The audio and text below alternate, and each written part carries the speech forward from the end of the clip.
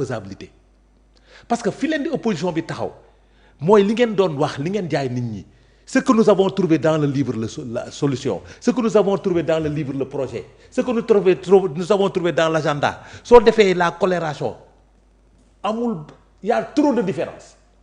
amul si y a c'est-à-dire xam nga non attends non y a pas de différence xam nga non bàyyi ma terminer bàyyi ma ñëw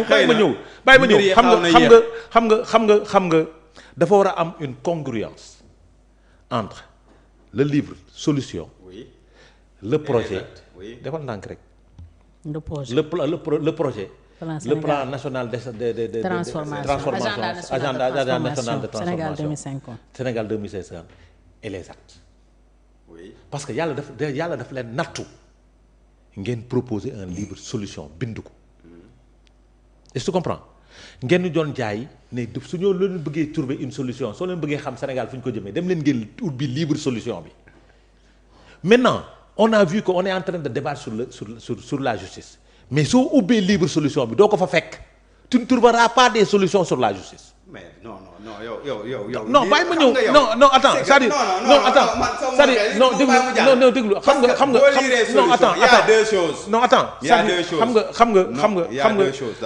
nga man après dinaa tontu de. man non le livre solution c'est pas pour toi. C'est ce que je veux dire. J'ai dit congruence bi j'ai dit le projet c'est différent du livre solution. Dans le projet qui a été présenté au peuple sénégalais pour votre élection, vous avez pris des engagements forts par rapport à la justice. Forts, j'ai dit. Parce que pour moi, vous aviez fait le diagnostic de la justice sénégalaise. Parce que si je lire, man Adama Fall, sur certaines questions, je n'étais pas d'accord. Mais j'étais séduit. Parce que quand tu es un intellectuel, tu restes un intellectuel. Hein? Il y a des choses que tu disais, non, il n'y aura pas de problème sur la justice. Perception, dina régler problème. Mais par rapport aux actes, parce que nak wax neex na am vision neex na proposer neex na mais agir maintenant qu'est-ce qui doit empêcher le pouvoir actuel d'agir parce que am nañ levier yëpp d'agir. mooy limite yi ngay wax. y a des mooy limites limite yi xam nga limite bi lan la le fait de vouloir rester à la tête d'un pays pendant 50 ans. donc beneen mandat la ñuy xalaat. waaw c'est-à-dire wax na dañuy d'accord gis nga.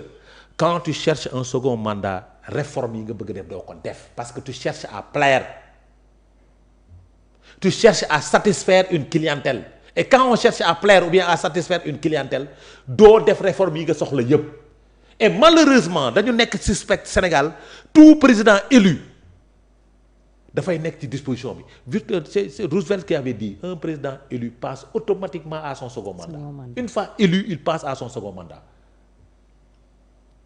te soo bëggee defar réew def ce qu'on appelle cette transformation là systémique wala holistique il ne faut pas penser à des mandats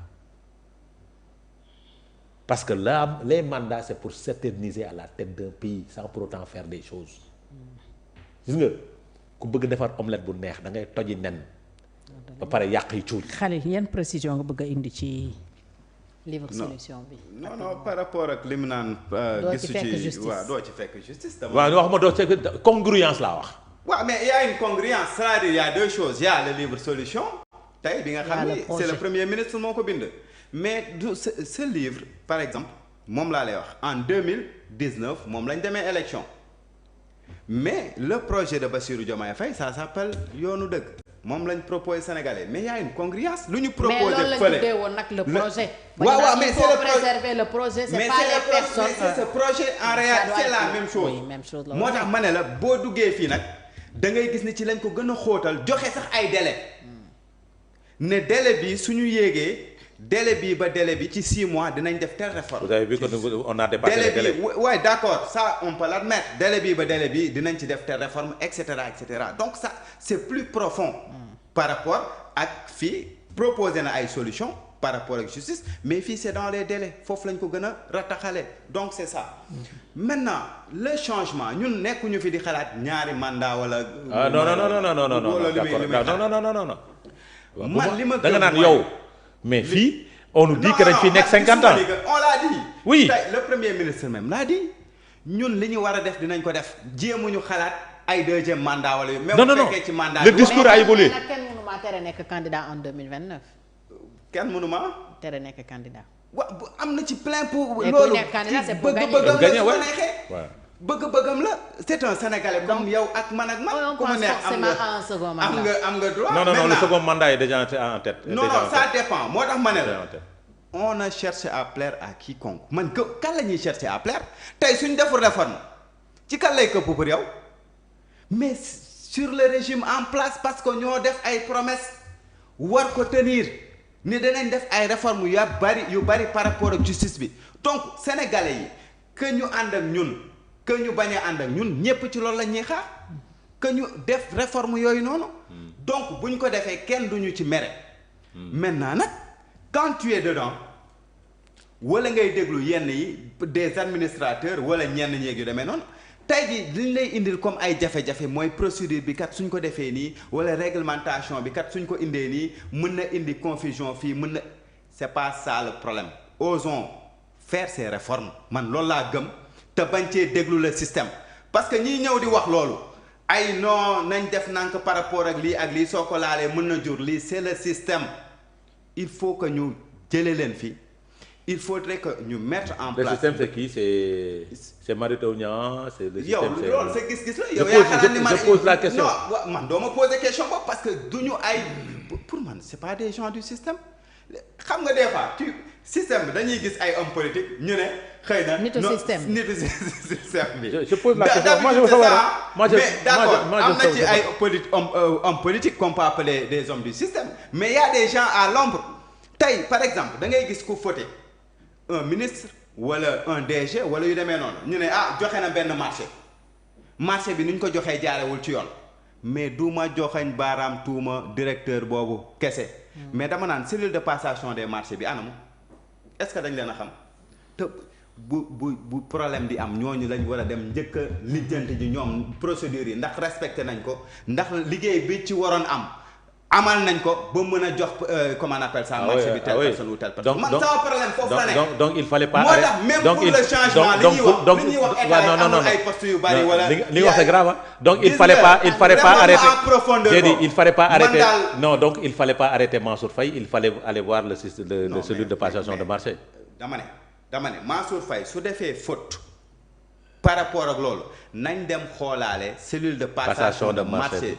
public boobu parce que man damaa gëm ni faute boobu génnuñu ci man loolu laa gëm moo tax quand tu fais des réformes au niveau des directions ou bien au niveau des ministères mais doo ñëw jël ki ci kaw rek dindi ko il faut oser aller au fond nga jëlee leen fa ñoom ñëpp tu les changes loolu mooy régler le problème mais munoo ñëw toucher par exemple damay gis benn kii bu ma naqari nag pratiquement par rapport ak semence yi ay vidéo xaw ma manipulation la mooy ci semence yi suuf si bari na de daaw fi lañ ñëwoon toog ko ñu ne remarqué nañ ko que semence yi yu ci bari baaxul bañ toogoon ne il faudrait que le ministre en question de l'agriculture oui et puis c'est la vérité amuñu woon temps c'est la vérité amuñu woon temps mais su amaatee amuñu lay il faudrait que li ñuy def ñu am ci fullaak fayda mais par mënuma comprendre vous n'avez pas un bon ministre de l'agriculture. non je sais yow loolu sa xalaat la mais dama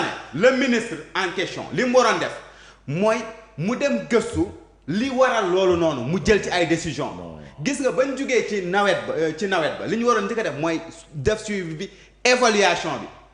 mais attends fi doxul ño dama lay laaj. waaw balaa muy daane mais noo jàppee les déclarations de Boy Kayré qui disait que dama doon fay booy ñu fattal ma tuyau yaatu. man nekkuma ci loolu xoolal bàyyi ma continuer. noo ko jàngatee loolu pour que Touba inondé noo ko jàppee loolu. continuer sama analyse.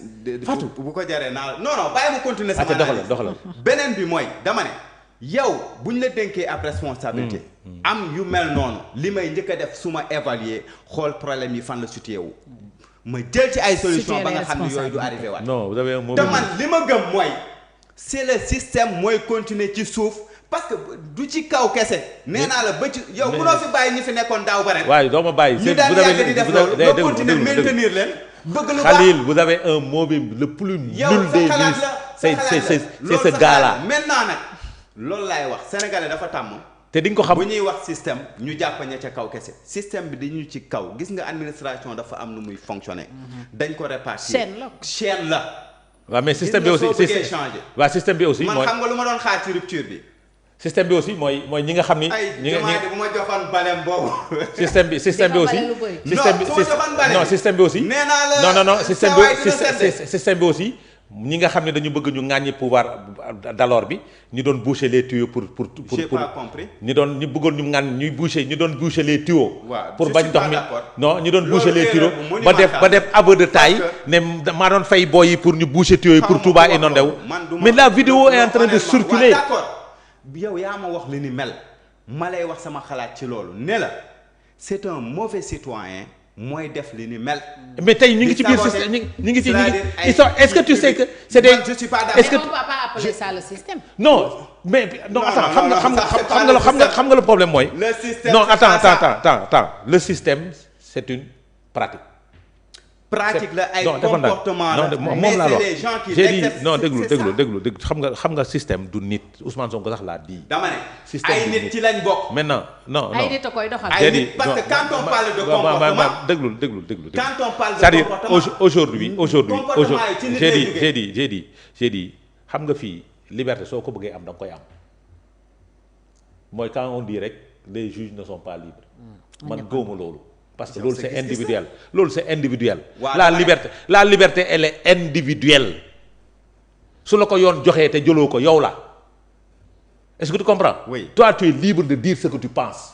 oui je suis donte da nga appartenir à un camp. mais tu dis ce que tu penses c'est ta liberté bu la ko kenn xañin est-ce que tu comprends donc dafa am loo xamante ni système amu fi. ay nit non j'ai dit système amu fi xam nga lu fi ne. ay nit yoo xamante ne dañu tàmm mauvaise pratique ñooñu soo leen identifier bàyyi ma terminer non j'ai dit ñooñu soo leen identifier il faut les écarter quand tu vas dans une direction générale on te nomme dans une direction générale tu viens tu fais l'audit du personnel et tout tu vois que y a eu des manquements enlève-les parce que on n'enlève pas nag pour enlever mun nga enlever ba enlever des compétents est-ce que tu comprends parce que suñ la falee tu cherches les compétences